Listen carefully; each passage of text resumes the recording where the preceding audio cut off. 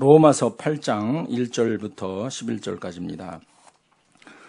로마서 8장 1절부터 11절까지 저와 여러분이 교독하겠습니다. 제가 먼저 읽겠습니다. 그러므로 이제 그리스도 예수 안에 있는 자에게는 결코 정죄함이 없나니 이는 그리스도 예수 안에 있는 생명의 성령의 법이 죄와 사망의 법에서 너를 해방하였습니다. 율법이 육신으로 말미암아 연약하여 할 수 없는 그것을 하나님은 하시나니 곧 죄를 인하여 자기 아들을 죄 있는 육신의 모양으로 보내어 육신의 죄를 정하사 육신을 쫓지 않고 그 영을 쫓아 행하는 우리에게 율법의 요구를 이루어지게 하려 하심이니라. 육신을 쫓는 자는 육신의 일을, 영을 쫓는 자는 영의 일을 생각하나니 육신의 생각은 사망이요 영의 생각은 생명과 평안이라. 육신의 생각은 하나님과 원수가 되나니 이는 하나님의 법에 굴복지 아니할 뿐 아니라 할 수도 없습니다. 육신에 있는 자들은 하나님을 기쁘시게 할 수 없느니라. 만일 너희 속에 하나님의 영이 거하시면 너희가 육신에 있지 아니하고 영에 있나니 누구든지 그리스도의 영이 없으면 그리스도의 사람이 아니라. 또 그리스도께서 너희 안에 계시면 몸은 죄로 인하여 죽은 것이나 영은 의를 인하여 산 것이니라. 함께 읽습니다. 예수를 죽은 자 가운데서 살리신 이의 영이 너희 안에 거하시면 그리스도 예수를 죽은 자 가운데서 살리신 이가 너희 안에 거하시는 그의 영으로 말미암아 너희 죽을 몸도 살리시리라. 아멘. 예수 그리스도 안에 있는 자는 결코 정죄함이 없습니다. 자유함을 주신 하나님, 우리 하나님께서 이스라엘 백성들을 통해서 50년 만에 희년을 선포하시고 그 수양의 뿔나팔, 즉 요빌, 주빌리 그 나팔을 불라고 말씀하셨습니다. 그래서 그 제비 대로르처럼 창공을 홀로 날아다니는 그러한 진정한 자유, 그런 자유를 허락하신 것입니다. 이 땅에서 아무리 우리가 자유인이 됐고 또 미국에서 살고 있고 또 자유인이라고 주장한다고 하지만은 마치 지난주에 우리가 유대인들이 우리는 종이 된 적이 없거늘 하면서 우리 예수님한테 믿었던 예수님인데 이 믿었던 예수님을 등을 돌리고 배척하는 모습을 우리가 보았습니다. 가장 귀한 하나님의 진리의 말씀 앞에서 순종하지 못하고 깨닫지 못하면 그게 무슨 소용이 있겠습니까? 오늘 말씀은 유대인들이 아니라 로마에 있는 이방인들을 향한 말씀을 살펴보기를 원합니다. 예수 그리스도 안에서만 자유가 있습니다. 예수 그리스도 안에서만 결코 정죄함이 없다는 거죠. 예수 그리스도 밖에 있다면 거꾸로 뭡니까? 정죄예요. 정죄. 예수 그리스도 밖에 있으면 하나님과 관계가 없는 자가 되기 때문에 마귀의 밥이 되는 거예요. 마귀의 정죄를 받을 수밖에 없어요. 근데 그 마귀는 자기가 직접 와서 강력한 종들은 자기가 직접 와서 회방을 하고 정죄를 합니다. 예전에 종교개혁 시대에 마틴 루터가 서재에 있을 때였었어요. 마귀가 나타났습니다. 쓱 와서 종이 한 장을 딱 던져주고 바라보고 있습니다. 마틴 루터가 너무 놀래가지고 종교개혁의 엄청난 역사적 지금 개혁을 이루려고 하는데, 즉 로마서를 가지고 이신칭의, 즉 구원을 받는 것은 오직 믿음으로 구원받는다라고 하는 이 사실을 가지고 종교개혁에 놀라운 기치를 들고 있는 마틴 루터한테 와가지고 종이 한 장을 던져줬는데 이게 뭔가 하고 받아보니까 낱낱이 자기의 모든 죄악상을 다 기록한 글이었었어요. 마귀는 뭐예요? 참소하는 자예요. 정죄하는 자예요. 거짓말하는 자예요. 그래서 마귀가 마틴 루터한테 종이를 던지고 봐라, 네가 뭘 한다고 지금 종교개혁을 한다고 하면서 조소하면서 바라보고 있었습니다. 그때 마틴 루터의 마음이 기가 막혔어요. 참담했어요. 보니까 정말 맞거든요. 그 종이에 적혀있는 자기가 기억지도 못하던 모든 죄악상들이 낱낱이 기록되어 있는 것을 보고 너무 기겁을 하고 너무 놀라고 너무 진짜 맞는 거예요. 오늘날 무당들도 귀신의 힘을 빌어서 우리의 과거사를, 우리의 죄악을, 우리의 허물을 다 알 수 있습니다. 낱낱이 찝어서 쪽집게 도사가 있습니다. 마귀는 그 한 수 훨씬 더 위입니다. 마틴 루터가 그걸 보고 너무 놀라서 좌절 직전에 있었습니다. 그런데 마침 오늘 이 말씀이 떠오른 거예요. 로마서 말씀이 떠오르면서 오호라 나는 곤고한 자로다. 이 사망의 몸에서, 이 죽음의 몸에서 누가 나를 건져내랴. 그렇게 애통하던 사도 바울의 그 심정을 마틴 루터가 갖게 된 거예요. 그래서 큰 소리로 외쳤습니다. 마귀야, 그래 나는 죄인이다. 그러나 예수 그리스도의 피를 통해서 내가 그분을 믿음으로 말미암아 나는 정죄함을 벗어났느니라. 잉크병을 벽에, 그 마귀가 나타났던 병에다가 던지면서 크게 외치는 순간 마귀는 사라졌어요. 우리가 마귀의 정죄, 어둠의 세력의 정죄, 우리의 실수와 허물을 가지고 걸고 넘어지려고 하는 이 참소하는 영, 이 더러운 것을 오늘 믿음으로 물리치시는 저와 여러분이 되기를 바랍니다. 그리스도 안에서 믿음으로 이기는 자만이 마귀의 정죄를 물리칠 수 있는 것을 믿습니다. 예수 그리스도 안에서만 그 참소의 정죄의 영을 이겨낼 수가 있는데, 과거에 예수 그리스도께서 오시기 전에 믿음의 사람들의 그 여정을 보면, 특별히 욥 같은 경우 한번 보세요. 3차례에 걸쳐서 그 친구들이 멀리서 와서 변증을 합니다. 욥과 함께. 그런데 그 엘리바스와 소발과 빌닷 3사람이 와서 3번 사이클을 계속 욥과 대화를 하는 가운데 결국 뭐예요? 그들의 주장하는 것은 욥이 틀렸다는 거예요. 욥이 죄를 졌기 때문에 벌을 받는 거다. 사람이 실패하고 힘들 때, 고통 가운데 있을 때, 왜 일이 이렇게 잘 안 풀리나? 나는 왜 건강이 이런가? 하나님이 나를 치신 건가? 마귀는 그 틈을 노려서 믿음을 갉아먹는 거예요. 그래서 이 참소하는 영, 마귀의 영을 우리가 영적으로 분별하면서 그걸 물리쳐야 되는 줄로 믿습니다. 오늘 말씀을 보면은 예수 그리스도 안에 있는 자는 누구나 정죄함이 없다고 그랬습니다. 믿으십니까?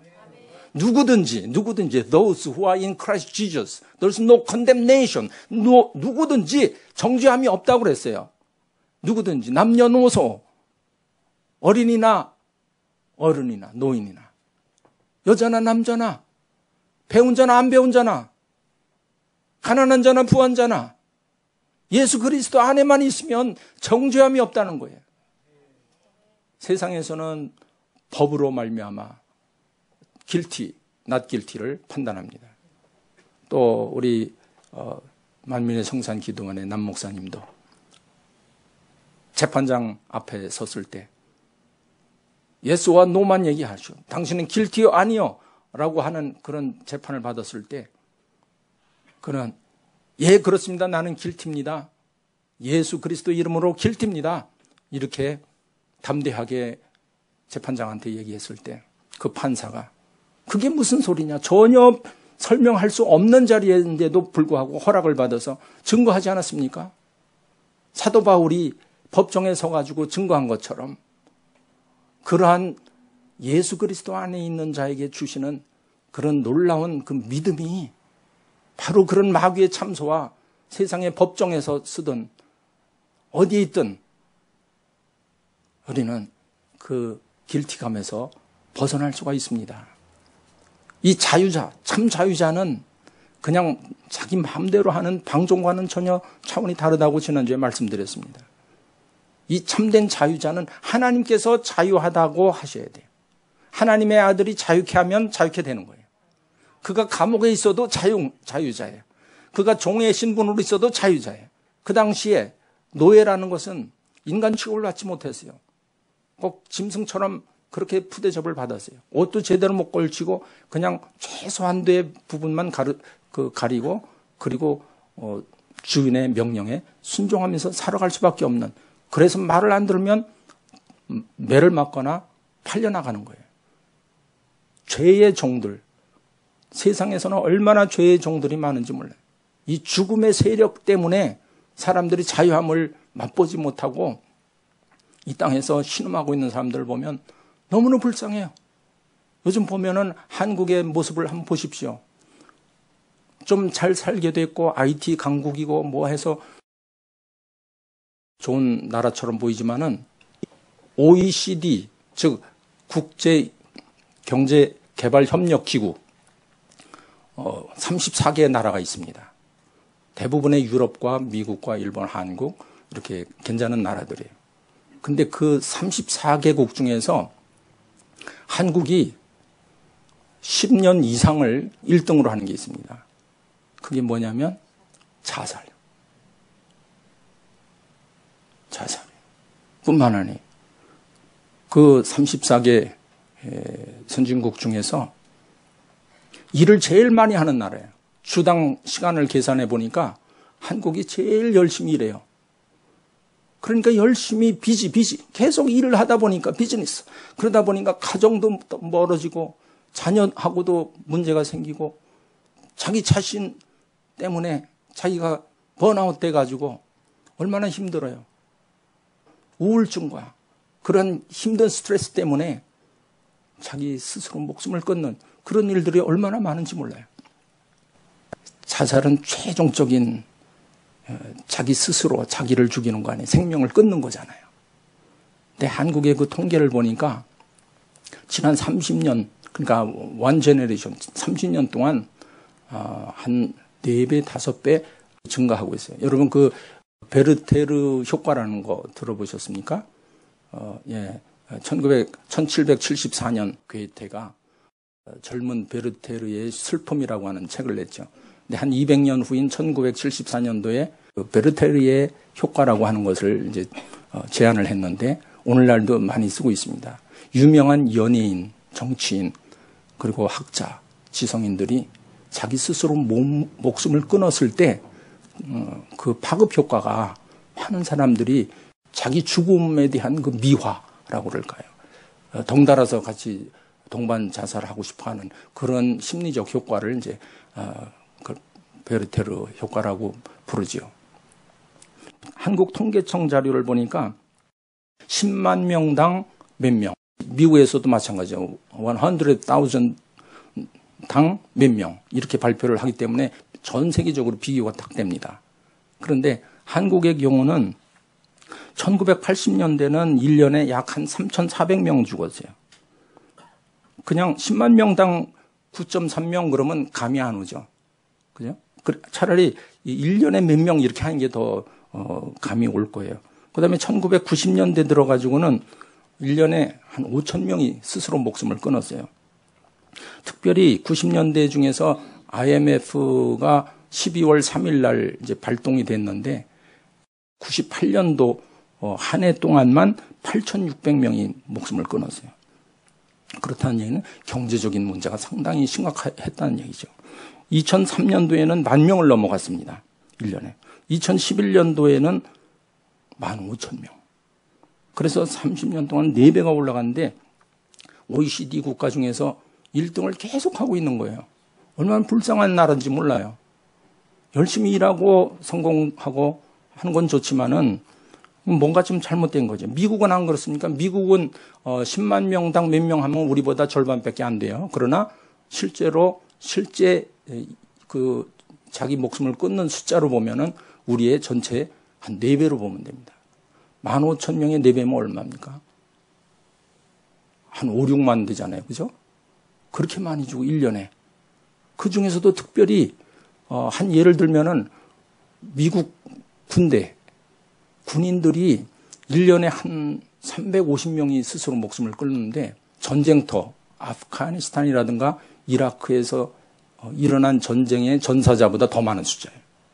그런데 그 스스로 목숨 끊는 그 젊은이들이 주로 전투 경험이 없거나 그리고 그런 전쟁터에 파견돼 보지 않은 자들, 훈련이 부족하고 정신적으로 무장이 안 돼 있는 젊은이들이 그렇다는 거예요. 우리 한국과 미국의 전체적인 통계를 보면은 스스로 목숨을 끊는 사람들의 분포가 나이가 많은 사람들이 많아요. 어린 사람도 있고 청년도 있고 뭐 중년도 있지만은 65세 이상, 75세 이상 이런 분들이 많습니다. 살아가는 데 있어서 얼마나 허무하고 얼마나 힘들었으면 그런 결단을 내리는 것인가. 세상에서는 자살의 영을 갖다가 연구를 해서 자살 방지, 그러니까 프리벤션 프로그램을 가지고 있어요. 어느 나라나. 그 존스 홉킨스 대학의 그 의과대학 자카리 카민스키 박사라는 그분이 이제 연구한 건데, 요즘 최근에 노화와 질병 연구에서 급부상하는 그런 분야예요. 그래서 후성 유전학이라고 하는 건데, 그게 어디 유전적으로 설명을 하는 거예요. 의학적으로. 또 어떤 분은 그 삶에 있어서 건강과 일과 그리고 가정과 가치관, 이 네 가지 기둥이 있는데 그 중에서 하나가 잘못되면은 그렇게 될 가능성이 많다고 주장을 하면서 책을 많이 읽어야 되는데, 특별히 문사철 그래가지고 문학과 역사와 철학 각각 200권씩 해서 총 600권을 읽어야 이것이 예방된다고 그러는 거예요. 여러분, 그렇게 할 수 있습니까? 오늘 본문 말씀대로 주 예수 그리스도 안에 있는 자에는 결코 정죄함이 없느니라는 말씀만 딱 믿으면 확실하게 해결되는 줄로 믿습니다. 세상에서는 복잡해요. 어려워요. 그리고 성공한다는 보장도 없어요. 근데 예수 그리스도 안에 있는 자에는 결코 정죄함이 없다. 예수 그리스도 안에 있는 자는 결코 정죄함이 없다. 그래서 인간의 노력이 다 빠진 상태에서 그때 비로소 성령님께서 눈물도 주시고 부르짖음도 주시고, 그러다 보니까 저절로 방언이 나와요. 그러니까 방언을 하려고 하는 게 아니라 저절로 인간의 표현의 그 기도의 그 언어 자체가 한계가 있으니까 할 수 없이 혀가 말려버리는 거예요. 처음부터 그냥 중언부언하는 스타일로 방언해가지고는 그는 인위적인 노력이 될 가능성이 많아요. 근데 처음에는 그냥 내 죄를 고백하면서 사랑하는 하나님 아버지, 나를 불쌍히 여겨주세요. 그리고 예수 그리스도의 그 보혈을 힘입어서 내가 주님 앞에 오늘 기도하러 왔습니다 하면서 가슴을 치면서 애통해하면서, 그러면서 하나님께 기도할 때 하나님께서 기도의 문을 열어주시고 성령을 부어주시는 줄로 믿습니다. 그리스도 예수 안에 있는 자는 결코 정죄함이 없다. 누구나 예외 없이 그리스도 예수 안에만 있으면 되는데, 이것이 문제예요. 그리스도 안에 있다고 하는 것이 뭔가? 그리스도 안에 있다고 하는 것이 우리가 교회 안에 있다는 거는 아니죠. 그럴 가능성은 제일 많죠. 교회 안에 자주 예배 참석하고 기도의 자리에 오고 성경 읽고 그리고 기도하면 그리스도 예수 안에 거할 수 있습니다. 분명히 제일 가능성이 많습니다. 그런데 꼭 같은 건 아니에요. 우리가 예배 드리면서도 그리스도 밖에 있을 수도 있어요. 그래서 예수 그리스도의 안에 거하는 사람이 예수 그리스도 밖에 있는 사람하고는 전혀 다르죠. 하나님이 안 계시다라고 하는 불신의 세상하고는 전혀 다릅니다. 그런데 예수 그리스도 안에 있는 사람들의 그 믿음의 상태가 성숙하게 가야 되는데, 하나님께 성숙하게 보인다고 하는, 하나님의 인정을 받는다고 하는 그 믿음의 수준이 바로 로마서에서 가장 핵심적인 그 단어가 몇 가지가 있는데요. 핵심적인 주제, 메가팀이 있어요. 그 로마서에서 가장 중요하게 다루는 게 바로 죄의 문제예요. 죄의 문제. 그 다음에 구원의 문제. 그 다음에 성숙의 문제, growth. 그 다음에 하나님의 주권. 그 다음에 마지막으로 서비스. 하나님을 예배하고 성도들과 함께 예배 공동체가 되는, 이 5가지가 로마서의 핵심 주제입니다. 그 중에서도 특별히 성숙하다고 하는 거예요. 하나님의 아들 예수 그리스도의 형상을 닮아가면서 그 우리 성령께서 인도하시는 대로 더 가까이 예수 그리스도 안에서 내가 발견되고 예수 그리스도를 만나는 거예요.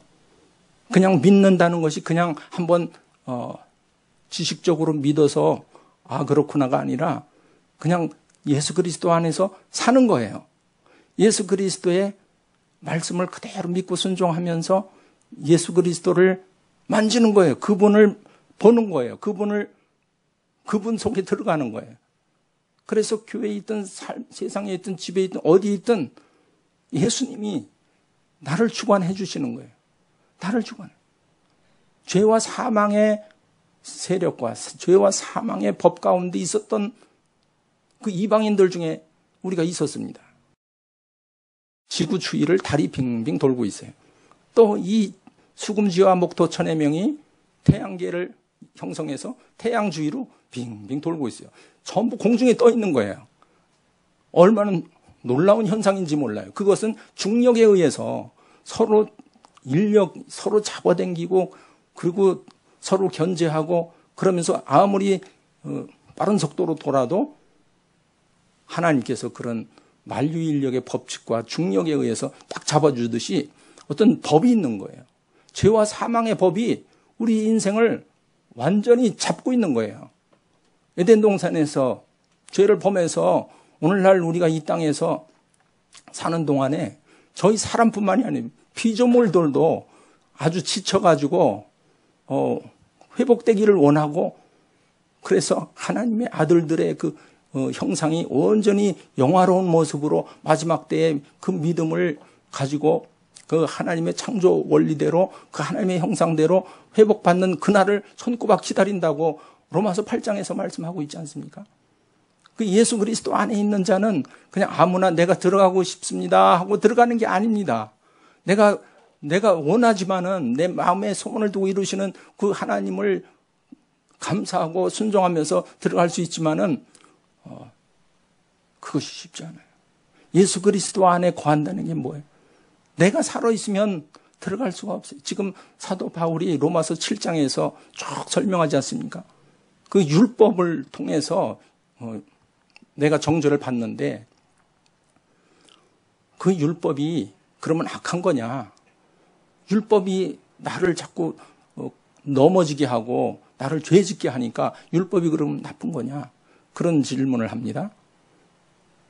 율법은 선하고 율법은 거룩하고 심지어는 율법은 신령한 것이라고 사도 바울은 말씀하면서 7장에서 그러면서 그 율법의 그 정죄 마귀는 율법을 도구로 사용해서 사람의 험과 허물을 가지고 정죄하면서 내가 네가 것이 뭘 하느냐라고 정죄하고 참소하는 그런 일을 하고 있는데 어떻게 해서 이 그 죄와 사망의 법, 그 굴레를 만유인력처럼 우리를 잡고 있는 그것에서 벗어날 수 있느냐는 거예요. 그게 사람의 힘으로 안 되는 거예요. 사람의 힘으로. 오직 하나님만 하실 수 있는 거예요. 하나님께서 보이지 않는 그 놀라운 만유인력처럼 온 우주 만물의 그 모든 존재를 말씀으로 붙잡고 계시기 때문에 만물이 그로부터 나오고 만물이 그에게로 돌아갈 것이고 만물을 하나님께서 말씀으로 붙잡으셔서 말씀이 육신인데 우리 가운데 거하신 예수님이 말씀으로 만물을 붙잡고 있습니다. 보이는 것과 보이지 않는 모든 것을 다 홀드하고 있어요. 그것을 우리가 사람들이 잘 깨닫지 못해서 그렇지 믿음의 눈으로 그것이 보이기 시작하면 예수 그리스도 안에 거한다는 것이 무엇인지 깨달아지는 것입니다. 예수 그리스도 안에 거한다는 거예요. 두려운 일이에요. 두려운 일. 예수 그리스도 우리 하나님의 아들 예수 그리스도 그 거룩하신 그분 안에 거한다고 하는 것이 엄청난 축복이면서 동시에 두려운 거예요. 두렵고 떨림으로 그분 앞에 나가야 됩니다. 예배자로 나가야 되고 믿음의 자세로 나가야 되고 사랑하는 마음으로 그분의 품속에 들어가야 되는데 오늘날 너무 잘못된 그런 현상들이 나타나기 시작을 했는데 그것이 참 여러 가지 형태가 많습니다. 이단들이 주로 그런 요소가 많죠. 그냥 어떤 방법을 동원해서 그런 어떤 성령의 은사를 받으려고 하는 인위적인 노력에 의해서 정말 진짜를 놓치는 거예요. 정말로 예수 그리스도 안에 있는 성령의 법에 그 하나님의 선하시고 인자심이 영원하신 그분의 성령의 법 가운데 들어가지 못하는 그 안타까운 일이 있다는 거예요. 근데 오늘 말씀은 그게 오늘 말씀을 잘 보면은 누구든지 그리스도 예수 안에 있으면 결코 정죄함이 없다. 자살의 영도 다 떠나가고 모든 원망과 판단과 비판과 경쟁의 영은 다 떠나가고 오직 내 속에 성령님께서 자유롭게 운행하셔서 진정한 세상에서 찾아볼 수 없는 그런 진정한 자유자가 돼서 그래서 우리 주님이 주인이 되시는 거예요. 우리 본문 말씀 중에서 9절, 10절, 11절을 잘 보면 아주 중요한 표현이 나와 있습니다. 9절 보면은 만일 너희 속에 하나님의 영이 거하시면 이렇게 나오고요. 10절에 보면 그리스도께서 너희 안에 계시면, 또 11절에 보면 살리신 이의 영이 너희 안에 거하시면 또 살리신 이가 너희 안에 거하시는 그의 영으로. 이 9절부터 11절까지 말씀하시는 내용은 우리가 지금 말씀을 상고하고 있는 1절하고는 어떤 관계가 있습니까? 1절에서는 주 예수 그리스도 안에 있는 자라고 그랬죠. 그분 안에 거하는 자인데 지금 9절부터는 우리 안에 그분이 거한다는 말씀이에요. 할렐루야. 믿음의 사람은 바로 그거예요. 그래서 믿음의 사람은요, 내가 믿습니다 하고 열심히 노력하고 기도하고 말씀 보는 것도 중요하지만 믿어져야 됩니다. 그래서 믿음은 하나님의 은사요 선물이라고 그랬습니다. 보는 것도 그래요. 하나님, 내가 하나님 보기를 원합니다. 내 영의 눈을 열어주세요. 주님, 내 마음의 눈을 열어주시고 내 영의 눈을 열어주셔서 주의 법에 귀한 것을 보게 해주세요 라고 기도하지만 보여지는 거예요. 깨달아지는 겁니다. 우리가 하나님을 뵙는 것이 놀라운 축복이고 하나님께 가까이 나가는 것이 그것이 축복인데, 그 전능하신 하나님, 그 선하시고 인자하신 영원하신 그 길이 참으시고 용납하시는 그 하나님, 그 측량할 길이 없는 그 사랑의 하나님, 그 하나님을 우리가 만날 때에 기도로 나가서 영적으로 우리가 기도하면서 하나님께 더 깊이 지성소로 들어갈 때 믿음으로 담력을 가지고 주님께 가까이 나가는데 우리 노력으로만 되는 게 아니라 우리 하나님께서 은혜를 베풀어 들어오게 해주시고 믿어지게 해주시고 보여지게 하시고 들려지게 해주시는 이것이 은혜입니다. 그것은 변함이 없어요. 감옥에 있어도 그렇고 자살 직전에 있는 사람도 그렇고 어떤 죄와 사망 권세가 나를 찍어 누르고 내가 끊을 수 없는 어떤 것이 있다 할지라도 마틴 루터처럼 담대하게 오늘 본문 말씀처럼 하나님께서 예수 그리스도 안에 있는 자는 결코 정죄함이 없느니라고 말씀하신 그 말씀을 굳게 믿으면서 인구병을 벽에다 던져버리고 마귀야 물러가라, 하나님의 말씀이 여기 있다, 이렇게 선포하는 저와 여러분이 되기를 바랍니다. 여러분, 믿는다는 것은 아주 쉽고도 아주 귀한 거예요. 그래서 우리 주 예수 그리스도께서 그랬잖아요. 수고하고 무거운 짐 자들아 다 내게로 오라. 내 멍에는 쉽고 내 짐은 가벼우니라. 여러분, 쉽게 한번 생각해 보세요. 쉽게 믿어보세요. 그러나 두렵고 떨림으로 그분 앞에 들어가야 됩니다. 더러우면 들어갈 수가 없어요. 왜 들어간다는 말을 씁니까? 들어간다는 말. 여러분, 헬라어에는 언젠가 제가 말씀드렸지만은 중요한, 특히 로마서에는 단어가 있는데요. 그 단어가 그 태, voice, 그 태가 특별한 게 있어요. 로마서에만 많아요. 그래서 수동태와 능동태가 있잖아요. 동사에는. 그런데 헬라어에는 중간태라는 게 있어요. middle voice. 그래서 영어나 한글에는 없는 중간태가 있어요. 그래서 내가 옷을 입는다 그러면은 my body는 옷으로 들어가는 거예요. 내가 옷을 입는 능동이지만 액티브 보이스지만, 그러나 옷 속에 들어간 내 몸은 뭐예요? 수동태잖아요. 그죠? 근데 이 두 개를 다 포함하는 개념이 있다니까요. 이 헬라어에는. 그래서 그걸 미들 보이스라고 해요. 중간태. 하나님의 그 거룩한 말씀을 담은 그 언어 자체가 아주 특이한 구조로 되어 있다는 거예요. 그래서 그 중간태 동사를 통해서 우리가 힌트를 얻을 수 있듯이, 믿음은 내가 믿는 거지만 믿어지는 거예요. 내가 기도하지만 기도가 되어져야 돼요. 내가 찬양을 하지만 성령님께서 그 마음에 기름을 부어주셔서 찬양이 되어지고 속에서 기쁨이 넘치는 거예요. 내가 기뻐하려고 애를 써서 뭐 기뻐지는 게 아니라, 물론 그것도 도움이 되지만 액티브하게 내가 능동으로 가야 되지만, 그러나 하나님께서 기쁨을 주셔야 돼요.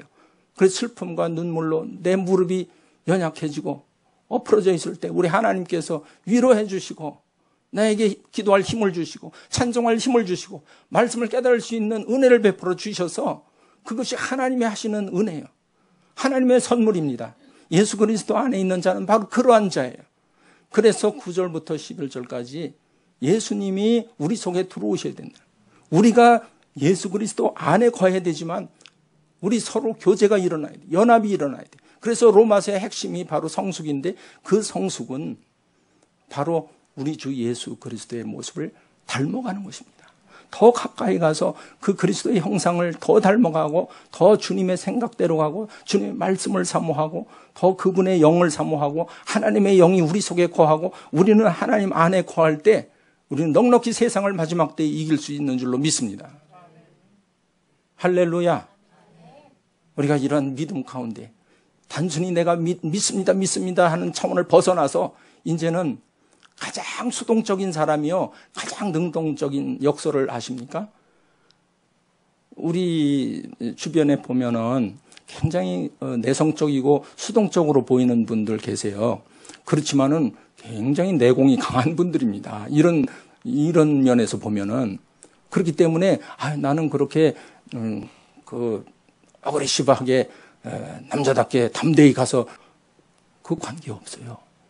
조용히 그냥 숨을 죽이고 기도하고 섬기고 봉사하고 내 자리 지키면서 믿음의 자리를 떠나지 않고 조용히 있는 분, 무서운 사람이에요. 왜냐하면 그런 가장 극단적인 익스트림한 수동태가 익스트림한 능동태라니까요, 여러분. 그래서 가장 그 귀한 수준의 그 영성은요, 아주 수동태로 들어가야 됩니다. 처음에는 초신자일 때는 열심히 박수치고 열심히 참석하고 열심히 부르짖고 열심히 하는데 그런데 그것이 다가 아니에요. 어느 순간이 되면은 그저 내 힘을 다 빼서 다 내 몸 자체가 죽어지고 내 생각이 다 죽어지고 그리고 주님이 온전히 나를 주장하는 거예요. 그래서 기도할 때도 내가 처음에는 열심히 부를 때요. 열심히 부르짖어요. 그런데 그 다음에는 어느 순간이 되면 잠잠하라. 내가 여호와 하나님인 줄 내가 알지어다 하는 음성이 들리기 시작하면 그때는 가만히 있어도 그냥 속에서 터져나옵니다. 속에서. 기도가 그렇게 돼야 돼요. 우리 기도센터가 그렇게 됐으면 좋겠어요. 그냥 기도책에서 나온 읽고 그냥 그걸 가지고 마중물로 써야 되는 것입니다. 프라임 워터라는 것이 바로 그거예요. 옛날에 펌프질 할 때 물 한 바가지 넣어야 물이 나오잖아요. 그래서 또 안 나오면 한 바가지 더 부어요. 막 빨리빨리 이렇게 업다운 막 이렇게 푸면은 물이 콸콸콸콸 생수가 쏟아져 나오죠. 그 전까지는 펌프가 말라가지고 물이 안 나와요.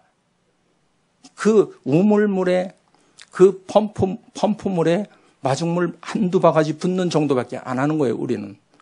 여기서 박수치고 찬양하고 기도하고 말씀 보고 하는 것이 겨우 프라임 워터 조금 붓는 거에 불과하다니. 뭐 그렇게 대단한 일을 하는 거 아니에요, 우리는. 밤늦도록 여기 와서 기도하는 것도 사실은 물 한 바가지밖에 안 되는 거예요. 하나님이 하시는 그 놀라운 능력과 그 은혜와 그 권세, 그걸 보면은 생수가 속에서 흘러넘치기까지 우리한테 폭포수처럼 부어주기까지 우리는 바가지 하나 정도 붓는 거예요. 우리는 하나님 앞에서 자랑할 게 없습니다. 자랑할 게 없어요. 하나님의 은혜. 로마서는 바로 그걸 말씀하시는 거예요. 하나님의 주권. 우리가 죄를 어떻게 이깁니까? 어떻게 마귀의 정죄를 이깁니까? 어떻게 그의 참소를 이깁니까? 마귀를 대적해야 됩니다. 그러나 우리 하나님께서 우리의 방패가 되시고 힘이 되어 주셔야 됩니다. 하나님의 전신갑주 갑옷을 생각해 보세요. 투구가 있고 의의 흉배가 있고 믿음의 방패가 있고 성령의 검이 있고 진리의 띠가 복음의 신발을 신고 그 속에 우리 몸이 쏙 들어갑니다. 내가 전신갑주를 입지만 내 몸은 뭐예요? 수동태에 들어간 거 아니에요. 그 껍질, 그 갑옷 속에 들어간 거예요. 그렇게 돼야 되는 것입니다. 저와 여러분들이 하나님의 전신갑주 그 속에 들어가 있는 걸 보게 돼요.